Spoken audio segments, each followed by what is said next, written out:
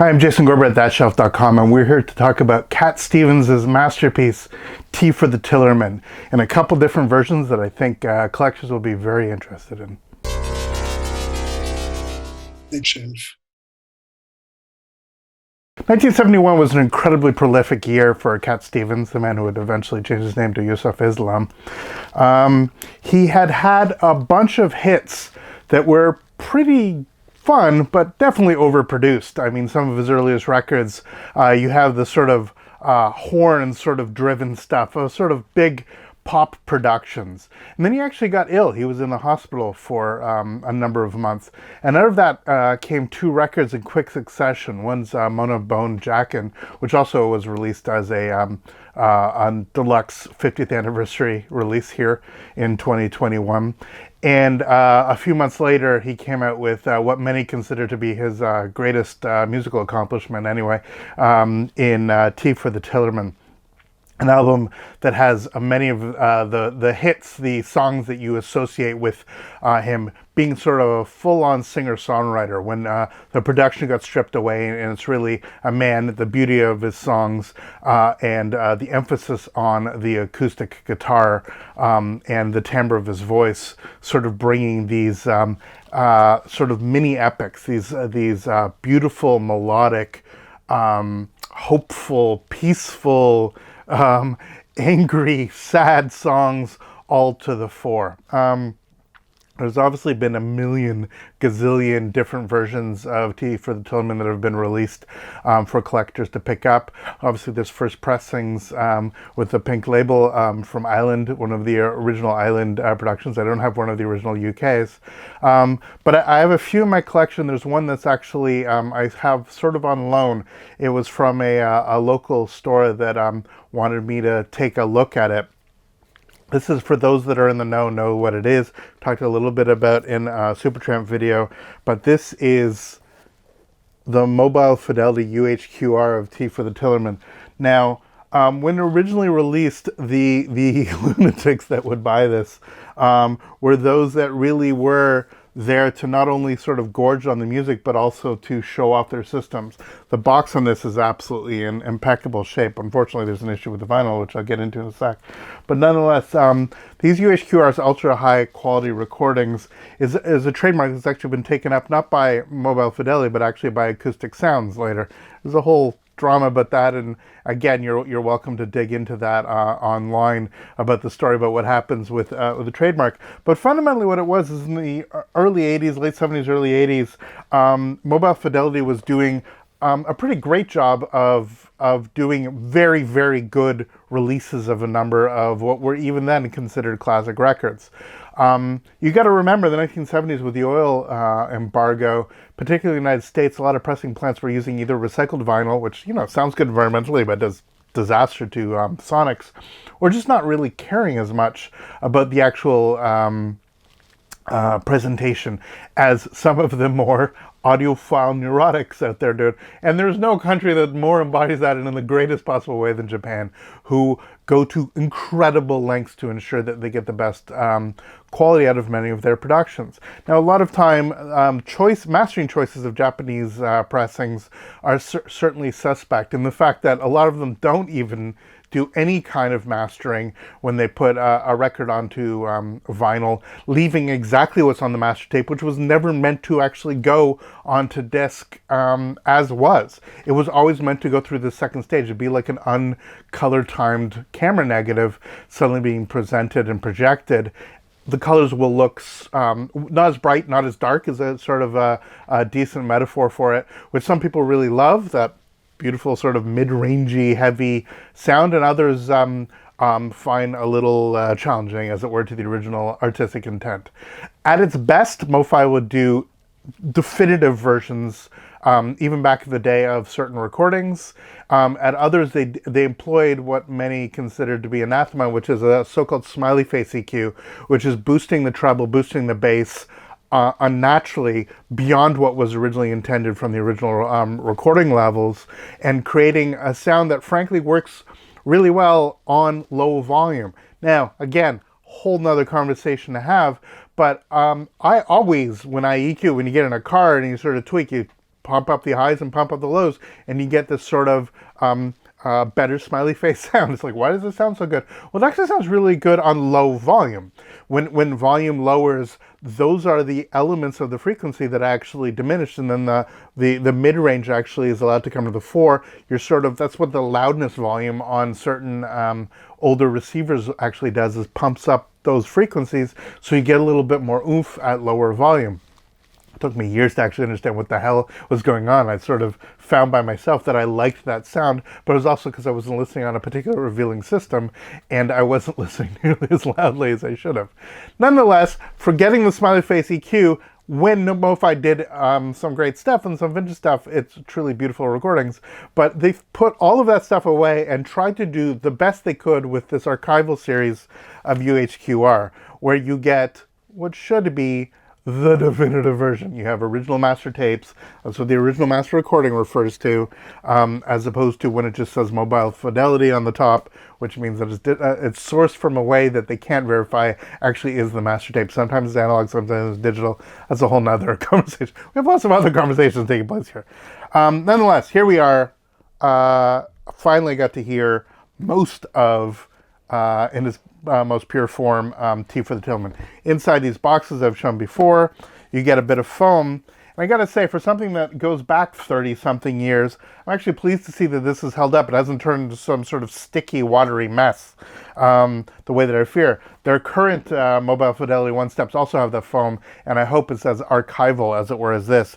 You get a certificate of authenticity. I'm gonna block the number here, just in case. You also would normally get in here a package which I've shown again in the Supertramp video, that shows the sort of more detailed information about the hand pressing and all the nonsense that they did. They went to Japan in part because they developed incredible vinyl technologies to actually work for video systems, for CED, for capacitive discs that were used for video. My first video system that I ever had was renting a CED system from the library. So because of having to get so many of the impurities and the best possible picture that you could get out of this sort of pre-Laserdisc vinyl medium that was used for records, they had constructed this essentially what is now sort of super vinyl. It gets debated about who has the current super vinyl, but this formulation allowed for a flat profile, so it didn't sort of, when it was pressed, it wasn't thick, then got thinner, then got thicker towards the end, but actual full consistent. If you actually slice those records down straight in the middle, you actually, God forbid, you actually see that it's a consistent 200-gram platter all the way through, which means the arm itself is not delineating. It's VTA and all that nonsense doesn't actually get challenged by the playback of the vinyl. Hypothetically, this is as good as records we're going to get. That's what we were promised anyway. Now, if you actually look at the record, they tend to have this, it's what we now think of as a Mofi sleeve, QRP, all kinds of people use a sleeve, but this rice paper encased in plastic as an archival sleeve. And as you can see, the vinyl for something that is this many decades old looks phenomenal. Because the people who bought this were incredibly neurotic. At the time, it was relatively expensive. To put in perspective, in Canadian dollars, this title goes for at least $450, sometimes much, much more. A sealed copy of this will go for thousands. There were only a few thousand of them made. Numbers vary about how many they were. This one is just over 1,000 in terms of its pressing. And sort of, it came inside that general inner sleeve, and that inner sleeve was put into a generic UHQR cover with on the back the original T for the Tillerman OMR, the original master recording version, with the songs on here. Again, Where the Children Play, Hard-Headed Woman, Wild the World, Sad Lisa, Mouse from Nowhere, But I Must Die Tonight, Longer Boats into White, On the Road to Find Out, Father and Son, and the final T for the Tillerman, the theme song on the original British Office. Just like every track on this record is ridiculously great.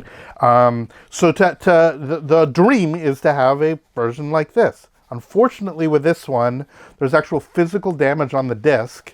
that no amount of cleaning either on my Okinoki or my beloved degritter could get rid of. And so the first track is a mess, and it's probably my favorite track on the record. It skips to the point of being unlistenable, unfortunately. The rest of the album sounds phenomenal. So I'm able to hear the mastering differences between this and newer releases. Speaking of those newer releases, the first one I actually ever bought was, when I was buying primarily digital, not analog, was the Analogue Productions slash Acoustic Sounds, the company where it comes from, but Analogue Productions version of Tea for the Tillerman on Super Audio CD. This is a phenomenal digital version that does do some tweaking of the mastering, of course, as inevitable. I found some of the sibilance is absent from this, which is sort of baked into the other analog versions. That's obviously a discussion about whether it's my setup or the original recording. But it certainly sounds, funny enough, on digital slightly less bright than it does on the both original analog recordings, which leads me to believe that they did a bit of roll-off on here just to tame some of the highs. But again, on digital, sounds great, and I had this for years and I was totally happy with it. When I upgraded my turntable and all this nonsense sort of started up again after decades of just having vinyl but not being as much into it as currently I am, I got this wonderful presentation. So this is the 45 RPM Analogue Productions version. It's obviously split into two records. That's what happens with 45 RPM. And as has been mentioned before, when you're playing something at 45, it allows the music essentially room to breathe.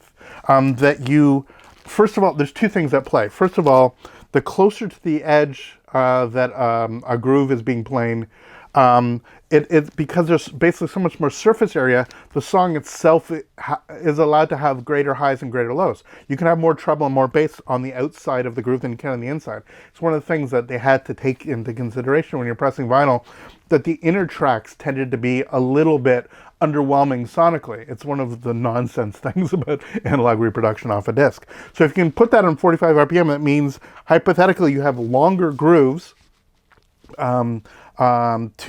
towards the edge to actually have the song play out. And because it's actually taking up more of the space on the record itself, you can actually go lower and go slightly higher and get a better sonic reproduction. It does mean that you're flipping the record more often than normal, but nonetheless, this is a beautiful sounding record. Now, how does this compare to this? They're damn close.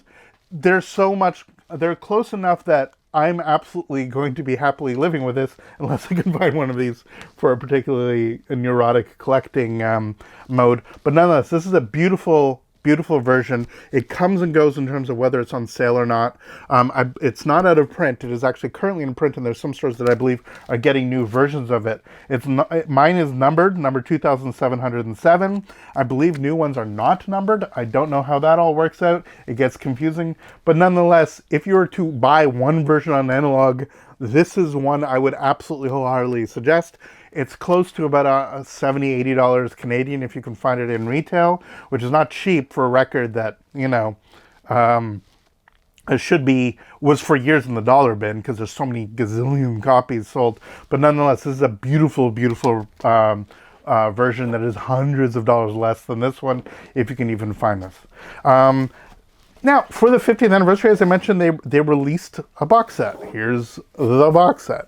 And the box set includes a bunch of stuff. Originally, I didn't buy this. I bought the remastered version of just the record just to see what they would actually do. They've done an entire new mix for 2021, and I thought I'd give it a shot.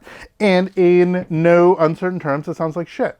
They have basically added a bunch of reverb, compressed the album in a way which I find entirely unsatisfying. And really what it's meant to do is it's meant to sort of live on as a new mix on the streaming services and stuff like Spotify, where you have something from 1971 that's supposed to be in a shuffle at the same level and the same kind of audio cutting through the mix on your phone speakers or your crappy Bluetooth headphones, to cut through all of that stuff, to not seem weird. Like, why does this album sound sort of more quiet and more dark and murky. Well, it's dark and murky because it was recorded on Analogue in 1971. Nonetheless, there's stuff on this box I still wanted, because I'm an idiot. Anyway, inside the box, which is quite lovely, as I open it up, you get, as mentioned, on white, the 2021 mix, which, again, complete remix. Absolutely. Going back to the master tapes, they digitized the master tapes and they went and they did a complete remix, adding in reverb, changing where in sonic space certain instruments are, where the vocals sort of sit. It's a completely different record. Never one that I would actually put on for definitive, mostly to listen to something like this and think, oh, that's weird, and then go back to the original and actually see what's actually going on. So this on vinyl is meh, but it is what it is. What I actually cared about, ridiculously, and I knew it was going to be actually weirdly messed with less, is this, which is the Live of the Troubadour 1970. It's sort of an EP. It's got 6 songs on it. Where did the Children Play, Hard-Headed Woman, Longer Boats, Wild World, On the Road to Find Out, Father and Son, Into White. So essentially from that sort of Mona Bone / Tea for the Tillerman tour at the Troubadour. Anybody who's actually seen Rocket Man will know the Troubadour. Anybody who lives in LA obviously knows the Troubadour. But an incredible venue that still is going on despite nonsense of COVID. It still survives to a certain extent. But nonetheless, this is the kind of show that LA would actually get. This kind of nascent British star that would come and just kick ass for everybody. Beautiful recording of him. They didn't do as much with it to futz with, and actually sounds really decent on vinyl. I enjoy this presentation actually much, much more than that, and the only way you could actually get this on vinyl was to do it through here. You then get a hardcover book, and inside the book are lots and lots of pictures and other nonsense, essays and stuff like that. I'm a sucker for such things. And then you have the sheet of paper that shows everything that's going on here.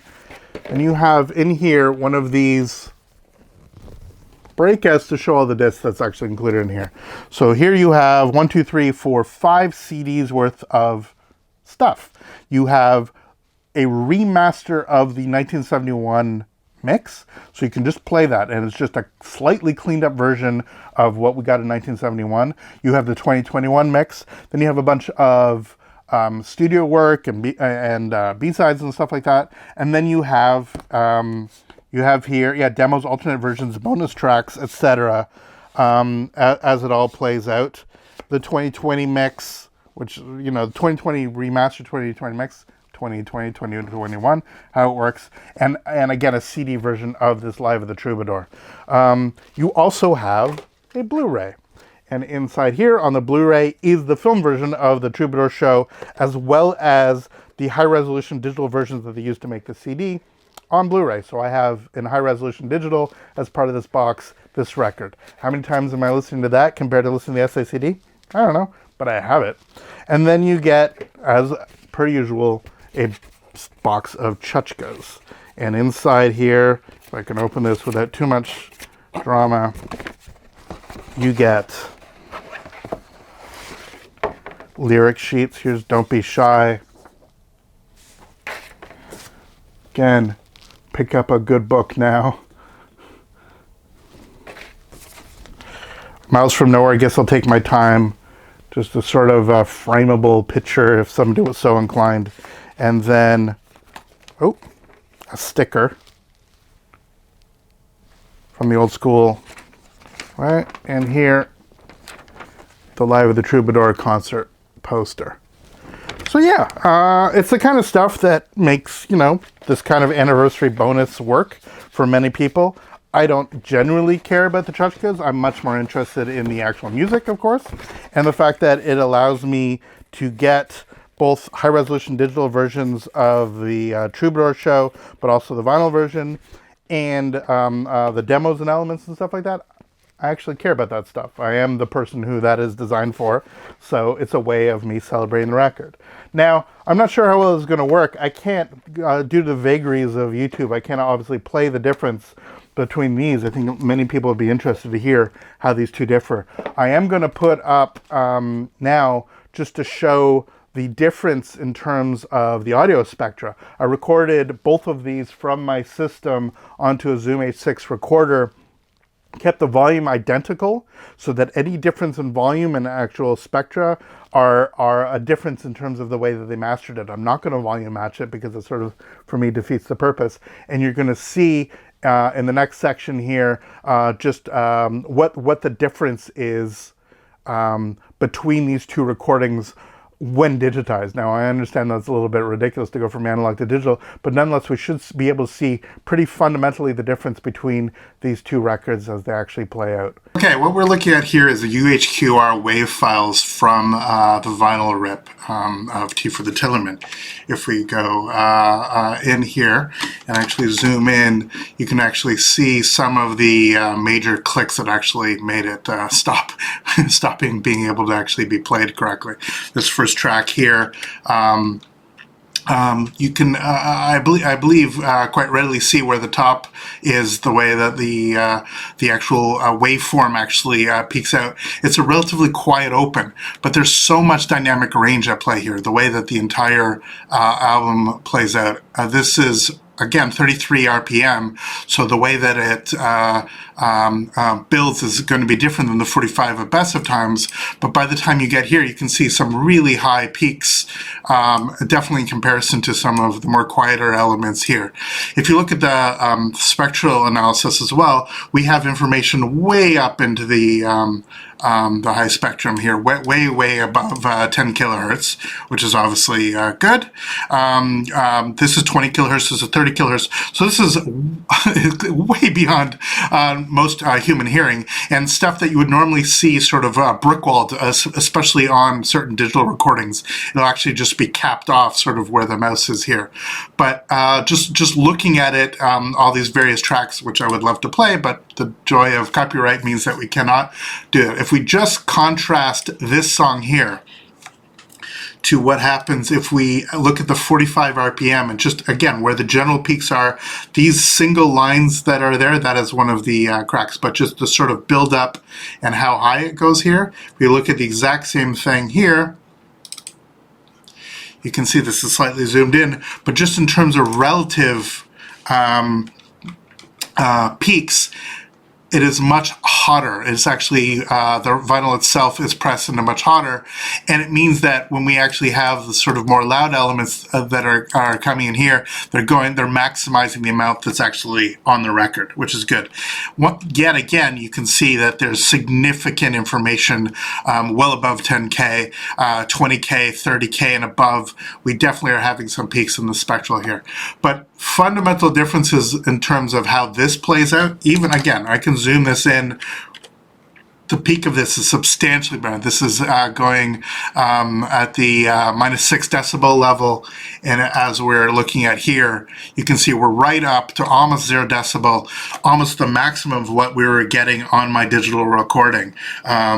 I did not adjust the volume at all between these two in order to achieve it, but I want to make sure that I wasn't getting any unnecessary roll-off. So just right there, fundamental difference between what's at play here with the UHQR and what's at play here with the 45 RPM acoustic sounds. Still a tremendous amount of dynamic range, quiet bits, loud bits. Again, you look at anything from the 90s, and all of this nonsense, the way this is sort of mildly squared off here, this is what this waveform looks like. You look at something from Oasis, it's just repugnant.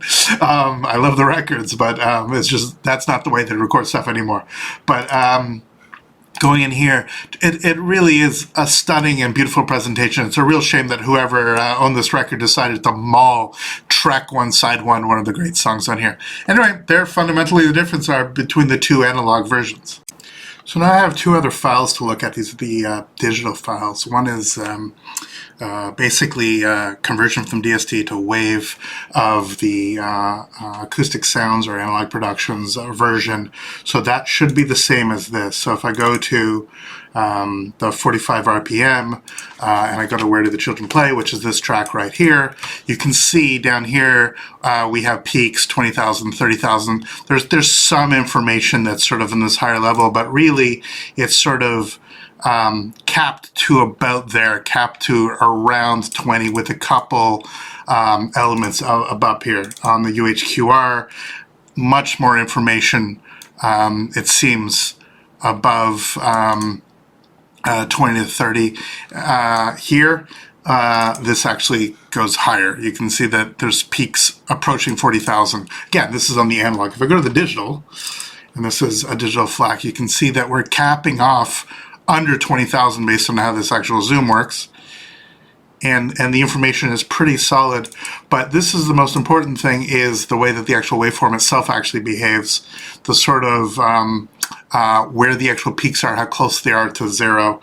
Makes sense. This is, again, DSD normalized to zero.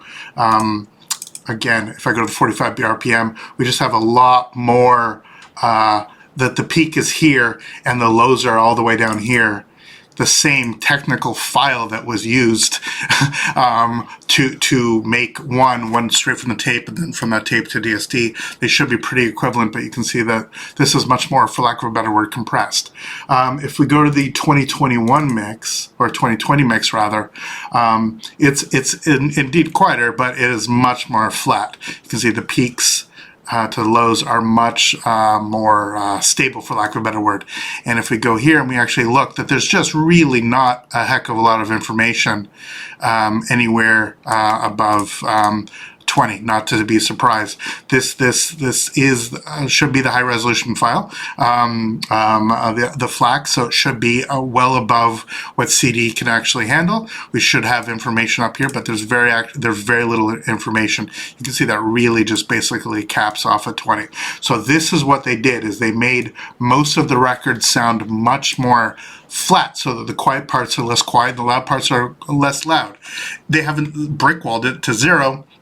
If you actually go on later tracks on this recording, you can see that the peaks will be much closer to zero. But nonetheless, it's a much more, for lack of a better word, flat presentation, compressed presentation, compared to this, where these highs are much lower in terms of volume, are much lower than this. And again, if you look at the record, how much difference that is there.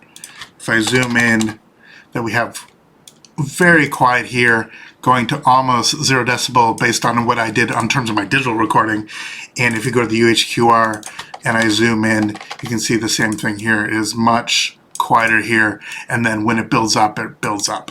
There you go. There's a sort of breakdown on the different files. Which one sounds better, I guess, is entirely is mildly subjective, but it is clear for me that just the mix alone on the new version is just much less interesting than anything vintage. And in terms of space, in terms of all the stuff that you actually look for in analog production, I certainly wouldn't throw the UHQR out of my collection. It'll be an interesting comparison with the Acoustic Sounds 45, but I, for one, am extremely pleased with the version that I actually own, and it's definitely the one that is my go-to. Well, there you go. I hope you found all that informative. A celebration of T for the Tillerman here as part of Remembering Cat Stevens' remarkable production.